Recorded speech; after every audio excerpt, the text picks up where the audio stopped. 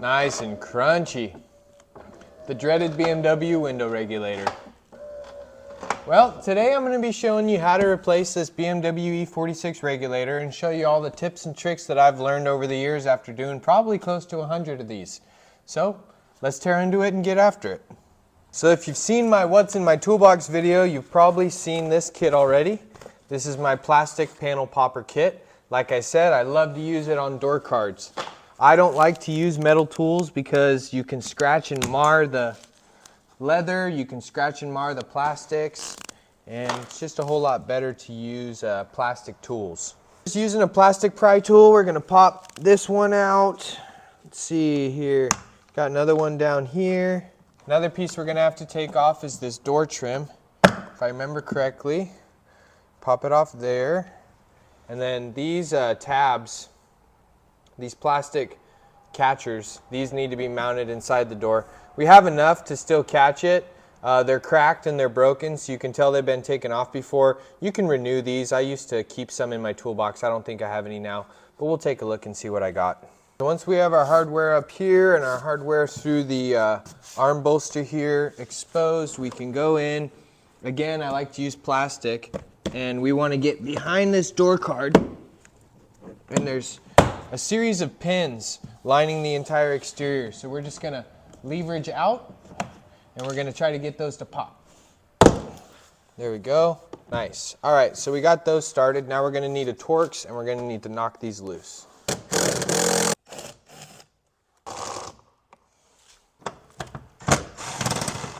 Pop this one out. We'll get access to one more Torx down here through the covered up window switch port. And you guys wanted to know about specialty tools I'm using on jobs. Well, this is that ball Torx that I was referring to in my What's in My Toolbox video. You can see the tip is a ball Torx, so it's just good for getting in on long spots like these, reaching through the door, and you can still hit that Torx with whatever angle you got going on. So very helpful little tool. So we got all of our hardware removed. We got our push pins removed for the most part. Now we have a loose door. What we can do is just throw that door lock down, and these sort of have a lip or a seal on the top, so it takes a little bit of force, but you can see it sort of sits down and then locks into all these metal clips up top. What we're going to do now is we're going to disconnect our speaker wire, which is right here. You can just pull this connector out straight, and that's for our little tweeter. One more wire over here for our larger speaker. So there we go. We have the door card disconnected. You can see we disconnected this small tweeter, we disconnected this larger speaker, we pulled out this screw which was on the top left, pulled out this screw on our top right, we also pulled out this screw right here which was sitting underneath that covered port for the little like mirror adjusting switch on the other side. So we are all removed. Another good thing is just to check and make sure all your pins are in place. See, this one was smashed to bits on the last install. Someone's been in there before. You can tell by the different color pins. Also this one, somebody installed that one incorrectly and it smashed out on its way out. So just something to look for. You can renew these pins while you have the door card off. Luckily this door card's still in really good shape, so no big deal on that. I turned the key off because we're going to be removing this airbag. Take a 10mm socket, take out the hardware for the airbag. Okay, now you can take the airbag and you can hang it or you can DC it. There's this little connector on the back. Just pop up on the very rear of the connector, and that'll allow you to remove the airbag connector. You can disconnect the battery too before playing with this. I just turned the key off. I've never had one malfunction on me when disconnecting or reconnecting. But if you do turn the key on while you have this disconnected to run the regulator up and down, you will get an airbag light. Just to get it out of our way. Now our wiring harness is free, and we're going to be able to get this vapor barrier out of the way. I like to use an X-Acto blade. This one I use for scraping stickers, works great. What I like to do is just get a purchase point on the vapor barrier, and you'll see all that butyl tape. This has been done before, so it's not glued on too well. You can see someone did a an okay job of resealing it, but just run this X-Acto blade down and cut through the butyl tape on any difficult spots where it's glued on real heavy so you don't rip the vapor barrier. So just keep pulling the barrier down. Now you don't have to cut all of the vapor barrier out and get it out of the way, but it does give you a little bit more room for access, so I don't mind pulling it out all the way. I don't think they ever cut that side, so we might leave that and just kind of peel it down. Lost a little piece. This is the butyl tape that I was talking about in my last video of what's in my toolbox. You can take this stuff, take a little ball of it, shove it into the corner of a socket where the bolt's going to fit into, and this will take up that tolerance and cause that bolt to stick to your socket, so you'll have a makeshift magnetic socket. It's a mechanic trick that works really, really good, just so you're not dropping nuts and bolts all the time. Silicone grease works too, but it's a little bit messier. This is a little bit easier of an option in my opinion. Now we have access to our window regulator.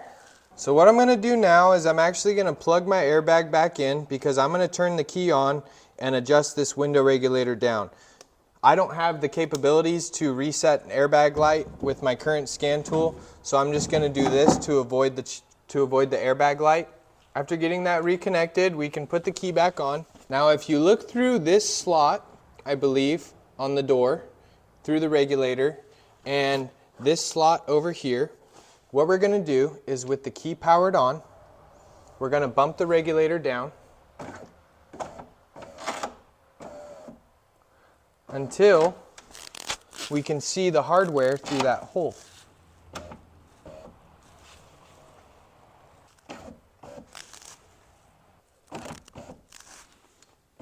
There we go. If you look, you're able to see an 8mm head screw through that hole. And over here, you're able to see an 8mm screw through that slot in the window regulator rail. Bump it up a little tick to make it as accessible as possible. We have good access to both the screws now. Again, perfect example for a magnetic socket. So go in there with the 8. Back out that screw. There's a nut off the back that fell down, so just be cautious.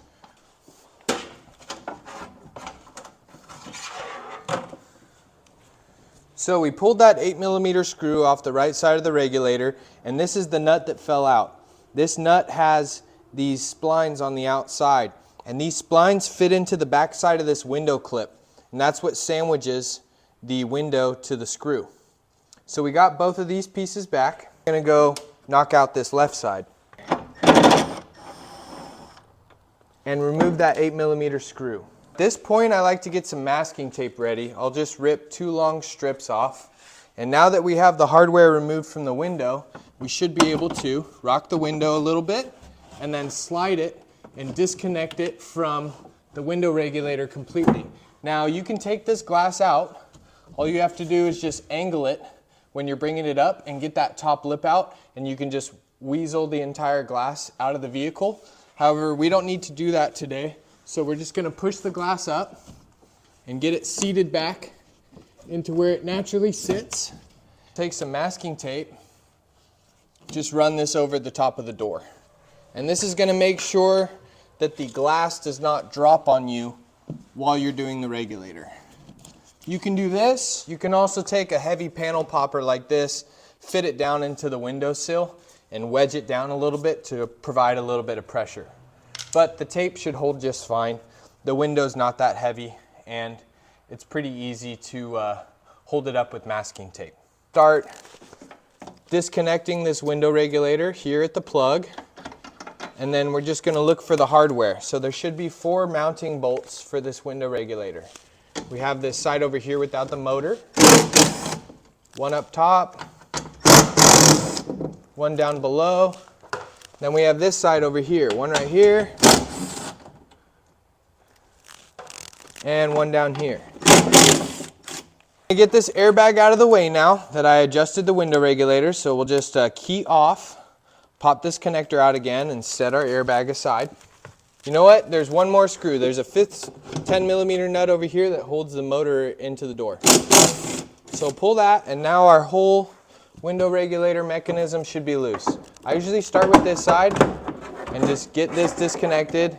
And then someone also zip tied this cable up here, so we'll have to cut that real quick. And so we'll get this pulled down, and then same on the other side. We just get these bolts pulled out from the door. And you know, it's kind of a finicky design. You gotta weasel with them a little bit, especially if you still have the glass in the car, but they come out. So let's get this outside edge out of the way first. Got to disconnect this little push pin that was holding in the cable. So now that's pretty much out of the way. Now we can start working on this other side. See it drop down from its mounting locations up here and down here. And boom, there's our whole window regulator assembly. So this is how it mounts, gets power. These are the two mounting locations for the glass. And so this is the whole kit. Let's grab our new part. Here's our new window regulator. I ordered this from a local auto parts store that uses WorldPack for sourcing. I love WorldPack. They have great quality parts and a really good selection, good pricing. So I'm happy I have a WorldPack supplier nearby. This one was advertised with the motor. So far it's looking really good. It was $79 with tax. Yo. Okay. So we got our new unit here from WorldPack. We're going to take our old unit and we're just going to cross-reference. We want to make sure everything's the same. We want to make sure the part is the correct part. We want to swap this clip over so we can re-clip that new cable. Everything looks good. It's looking symmetrical. It's looking the same. It actually looks like a better unit. This is obviously aftermarket based off this plug wire. Next step, we're going to pop all these caps, and these protect the threads for our new studs for getting this new regulator installed. So this old regulator definitely looks aftermarket and worn. You can see rust on the spring there, but this thing looks good to go. So let's get this back in the vehicle. Install will be fairly straightforward. We just want to do things in the reverse order. So I like to do the motor side first. So we'll just sort of try to slip that up into place. And again, you're looking to get the studs lined up. You got to push it in front of the glass. So that top stud's in place. This bottom stud is in place. And this stud here to mount the motor is also in place. Let's take some of our hardware and get this mocked up. Also, another good thing to look for is there's a little bit of adjustment on this top stud. You can see it's slotted to install and remove the window regulator. I like to look at the marks on which the nut used to sit against the door card and just try to match that up. And that should be all the adjustment that you need for this regulator.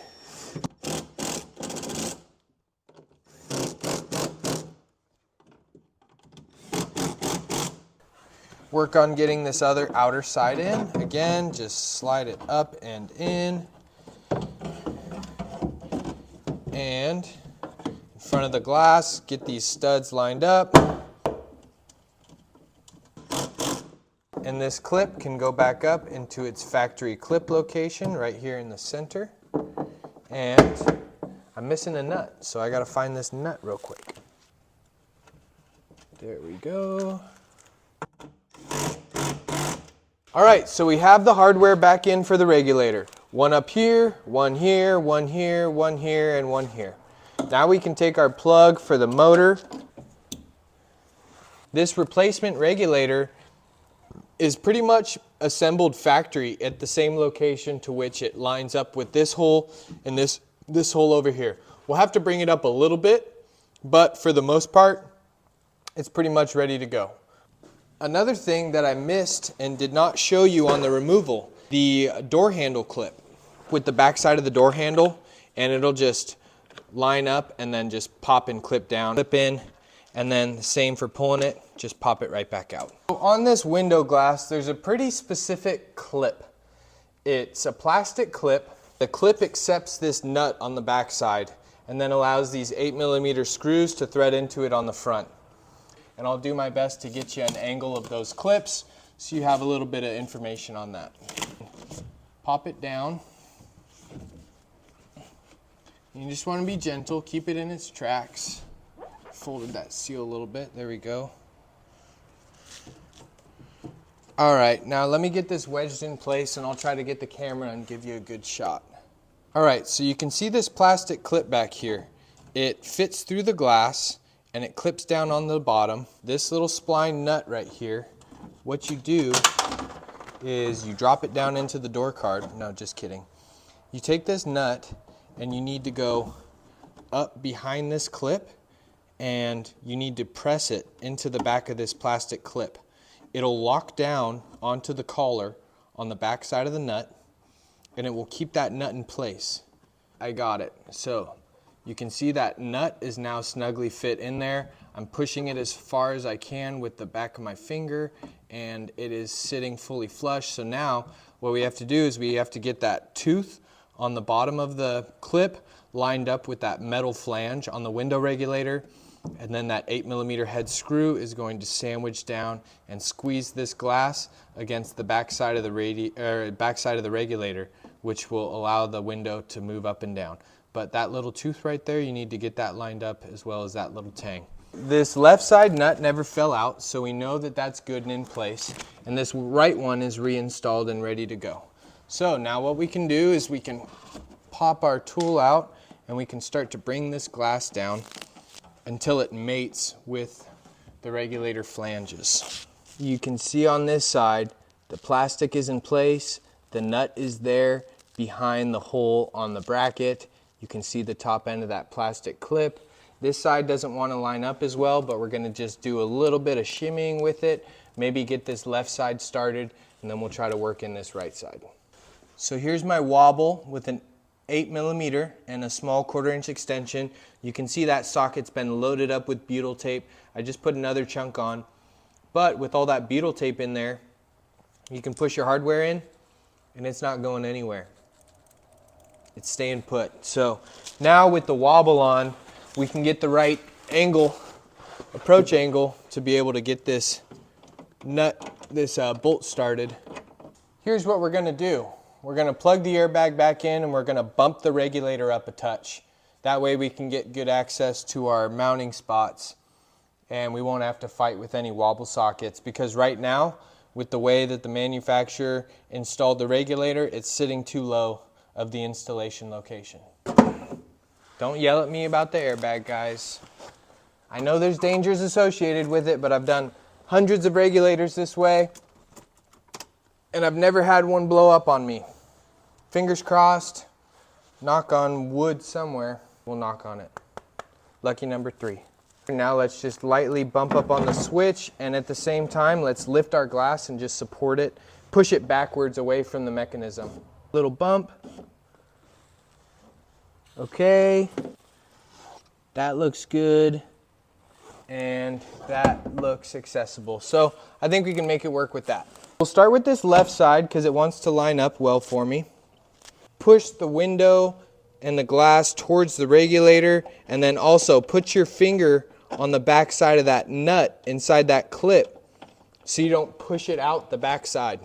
All right, so we got that one good enough. What we're gonna do is sneak our screw in. There we go, we got it started. So you can see I got my 8mm head screw installed. You can see the tooth that is lined up with the flange. You can see the top hanging over the regulator flange, and the same on this side. We have our 8 head screw there, our tooth is lined up, and our tang up top is lined up as well. So we are good to go. What I like to do next from this point is exercise the window up and down just to make sure everything is working correctly, nothing is binding, and if that's all good, then we continue reinstallation.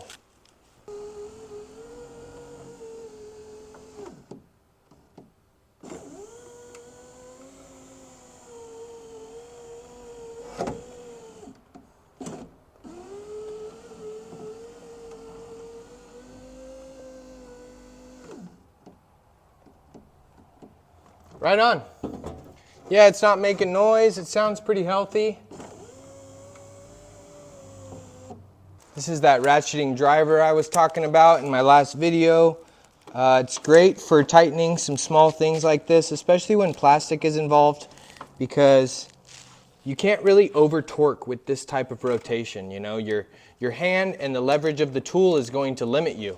It's very easy to strip out hose clamps, but when you use a tool that only has this much lateral leverage, you're not really going to blow out hose clamps like you would with a 1/4-inch ratchet or an electric gun. Goes up and seals really clean into the top seal, so we don't have any issues there. I'm going to hold on to this airbag and exercise the window one more time. Up looks good. Auto downs looks good.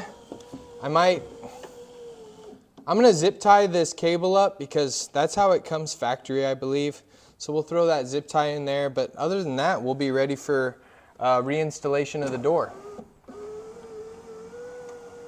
What we can do now is we can start to lay our vapor barrier back over.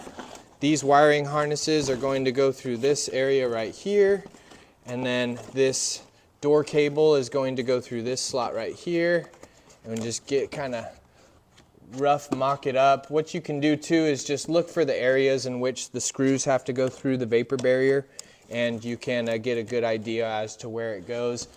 And then just kind of follow the body lines, follow the old butyl lines, and just get a nice press seal. If you want it to be really bougie, you could renew this vapor barrier and the butyl tape when you do a window regulator, but like I said, it's a budget car, and I don't want to put that much money into little things. Press down everywhere that butyl tape used to be. You can do a pretty good job at getting everything to seal back up where you want it.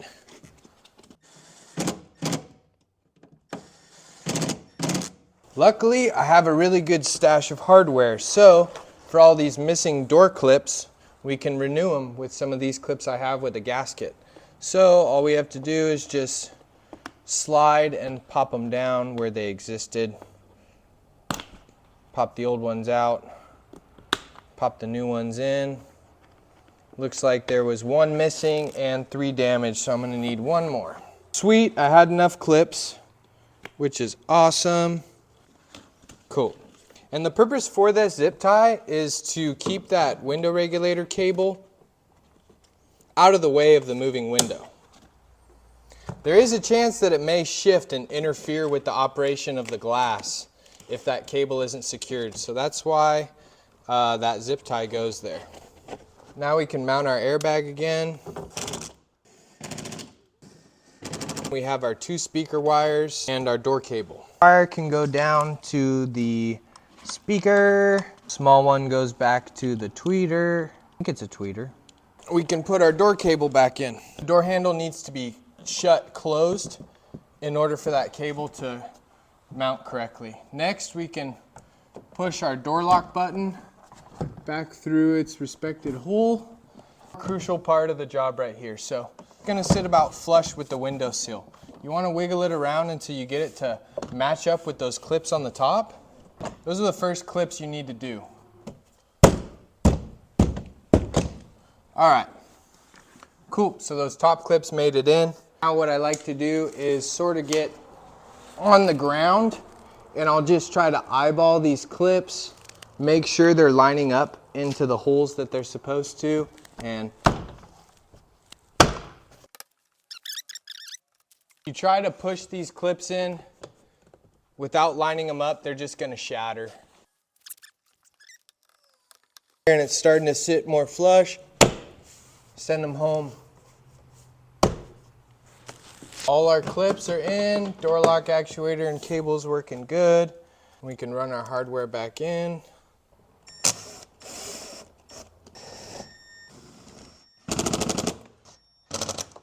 All of our hardware is tight.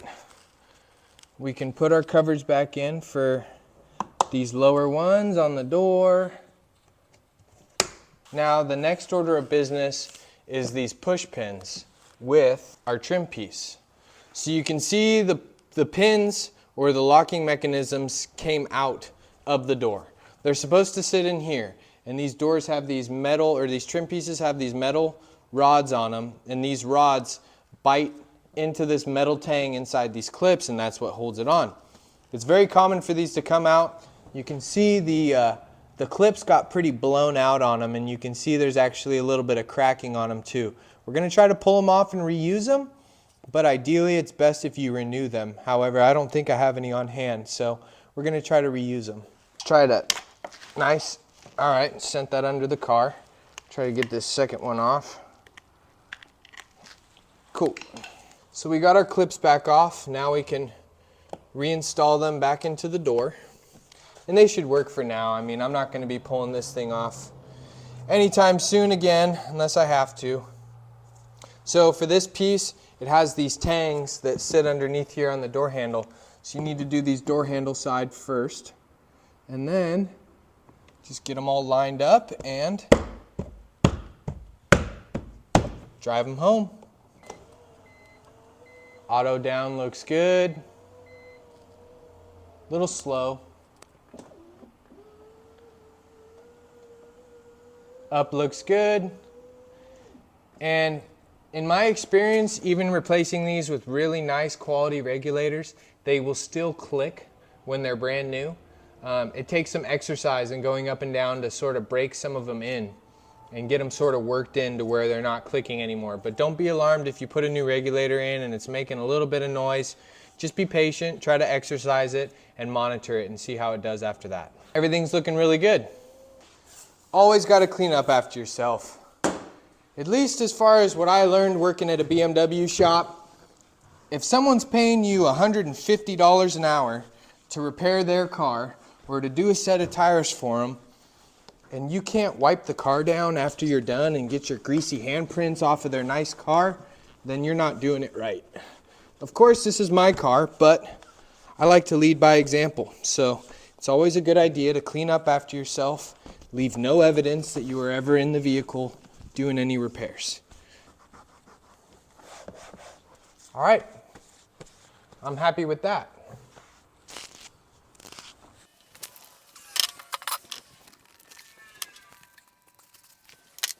All right, folks, I think that's going to do it for today. The window's working great, and I'm pretty happy with that budget regulator. Stay tuned on the channel because I believe tomorrow we're probably going to be doing a video on how to do a power steering flush on these E46s, E53s, everything that contains the ATF style power steering fluid system. So we got a new reservoir for that, and we're going to have some great content coming your way. So be sure to keep an eye out on the channel. Thanks for watching if you've made it this far. And again, as always, I will see you on my next day off.